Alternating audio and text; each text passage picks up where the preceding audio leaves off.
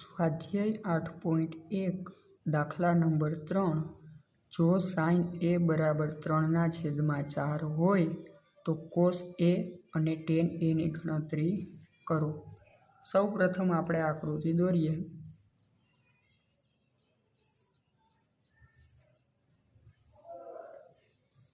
ત્રિકોણ ABC કાટકોણ છે તો બી ખૂણો કેટલાનો થાય 90નો। તો આપણે શું કર્યું, ત્રિકોણ ABC લઈએ જેમાં ખૂણો B બરાબર 90 ડિગ્રી। હવે સાઇન A ની કિંમત મૂકીએ। સાઇન A બરાબર જે આપણને રકમમાં આપેલી છે 3/4। તો સાઇનનું સૂત્ર સામેની બાજુ છેદમાં કર્ણ। તો સામેની બાજુ A ની સામેની બાજુ BC છેદમાં કર્ણ એટલે AC। તો આપણે અહીંયા લખશું BC બરાબર 3K AC બરાબર 4K। BC બરાબર 3K AC બરાબર 4। તમને એમ થશે કે BC બરાબર 3 કેમ ન લીધા, કેમ કે સાઇનની કિંમત ગુણોત્તરમાં અંશ અને છેદમાં આપી, એટલે એનો મતલબ એવો નથી કે સામેની બાજુનું માપ 3 જ છે, એટલે આપણે એને ગુણકમાં ઉતારશું K અને અહીંયા લખી નાખશું કૌંસમાં, જ્યાં K કોઈ ધન વાસ્તવિક સંખ્યા છે। એટલે કે આપણે જે K ધાર્યો હોય કેવો હશે, ધન। તો BC બરાબર 3K AC બરાબર 4K। તો હવે બે બાજુના માપ આપ્યા, ત્રીજી બાજુનું માપ મેળવવું હોય તો પાયથાગોરસ ત્રિકોણ ABCમાં ખૂણો B બરાબર 90 અને પાગો પ્રમેય પાયથાગોરસ પ્રમેય મુજબ। તો કર્ણ આપણો શું થશે, AC નો વર્ગ બરાબર બાકીની બંને બાજુ એટલે AB નો વર્ગ વત્તા BC નો વર્ગ। AC નું માપ આપણને કેટલું આપ્યું છે, 4K। AC નું માપ કેટલું છે, 4K। તો 4K નો વર્ગ। AB નું માપ નથી આપ્યું, અને BC નું માપ કેટલું આપ્યું છે, 3K આખાનો વર્ગ। AB ના વર્ગને કરતા બનાવી તો આ 3K વર્ગ સામે વયા જાય એટલે 4K નો વર્ગ। તો 4 નો વર્ગ 16 એટલે કે 16K નો વર્ગ। આ 3 નો વર્ગ 9K નો વર્ગ K વર્ગ એટલે 9K નો વર્ગ। 16 માંથી 9 જાય તો 7K નો વર્ગ બરાબર AB વર્ગ। બંને બાજુ વર્ગમૂળ લેતા AB બરાબર વર્ગમૂળમાં 7K। તો હવે આપણને AB નું માપ મળી ગયું, વર્ગમૂળમાં 7K। હવે આપણે મેળવવાના છે કોસ A અને ટેન A। તો કોસ A નું સૂત્ર આપણને ખ્યાલ છે, પાસેની બાજુ છેદમાં કર્ણ।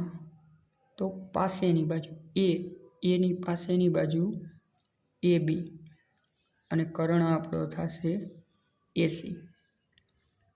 તો કોસ A બરાબર AB કેટલા આપ્યા, વર્ગમૂળ 7K AC 4K। તો આપણો જવાબ કેટલો મળી જશે, વર્ગમૂળ 7/4। K ઉડી ગયા। બીજું મેળવવાનું છે ટેન A નું સૂત્ર સામેની બાજુ છેદમાં પાસેની બાજુ, સામેની બાજુ, સામેની બાજુ એ, એની સામેની બાજુ બીસી, પાસેની બાજુ, એની પાસેની બાજુ AB. તો tan A બરાબર BC, BCનું માપ આપણને કેટલું આપ્યું 3K, અને પાસેની બાજુ AB, ABનું માપ કેટલું છે વર્ગમૂળ 7K, K ઉડી જાય તો 3/7 એ tan Aની કિંમત મળશે.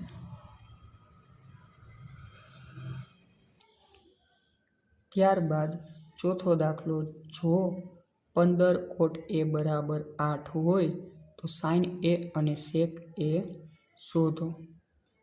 તો 15 cot A, તો એમાંથી cot A ને એકલા કરીએ તો cot A ને નડે 15 ગુણાકારમાં, સામે જાય તો ભાગાકારમાં, તો કેટલા આવશે 8/15. હવે આકૃતિ દોરીએ આપણે કે cot A, આકૃતિ દોરશું ત્રિકોણ ABC, એમાં B ખૂણો કેટલો થશે 90. તો આપણે અહીં લખીએ ત્રિકોણ ABC લઈએ, ખૂણો B કેટલાનો 90 ડિગ્રી. તો cot A નો આપણને ખ્યાલ છે, cot A એટલે શું થાય tan નો વ્યસ્ત, પાસેની બાજુ છેદમાં સામેની બાજુ. તો એની પાસેની બાજુ cot A, એની પાસેની બાજુ AB, સામેની બાજુ BC. તો કેટલા થાય 8K/15, કારણ કે એના બરાબર K લેવાનું ને લખી નાખવાનું, જ્યાં K કોઈ વાસ્તવિક ધન સંખ્યા. તો AB કેટલા થશે, AB કેટલા થશે 8K, અને BC 15K. હવે ત્રિકોણ ABC માં ખૂણો B 90 ડિગ્રી હોવાથી ભાગો મુજબ પાયથાગોરસ મુજબ કર્ણ આપણો શું થશે AC. તો AC નો વર્ગ બરાબર AB નો વર્ગ પ્લસ BC નો વર્ગ. AC ની કિંમત ન થઈ તો AC નો વર્ગ એમને AB આપ્યા આપણને 8K, તો 8K આખાનો વર્ગ BC આપ્યા 15K. અહીંયા ભૂલથી 15 નો વર્ગ થઈ જાય ને K નો વર્ગ ન થાય એવું આપણે ભૂલ કરવાની નથી.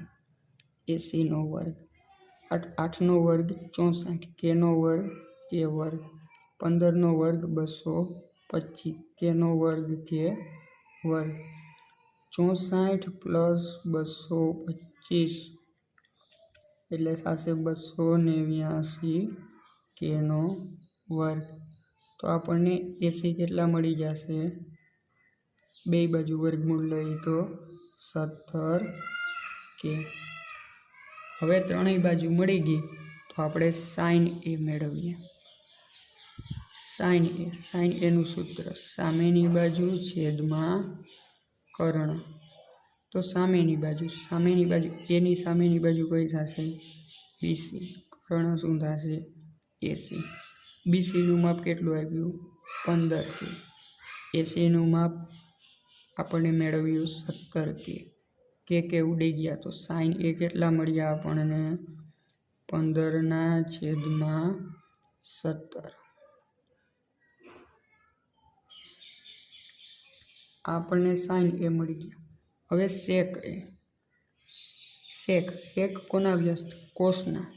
તો કોસનું ઊંધું સૂત્ર કર્ણના છેદમાં પાસેની બાજુ. કર્ણ આપ્યો આપણને AC, પાસેની બાજુ કોની એની પાસેની બાજુ કઈ AB. હવે જોઈએ AC નું માપ આપ્યું આપણને 17K, અને AB નું માપ આપ્યું આપણને 8K.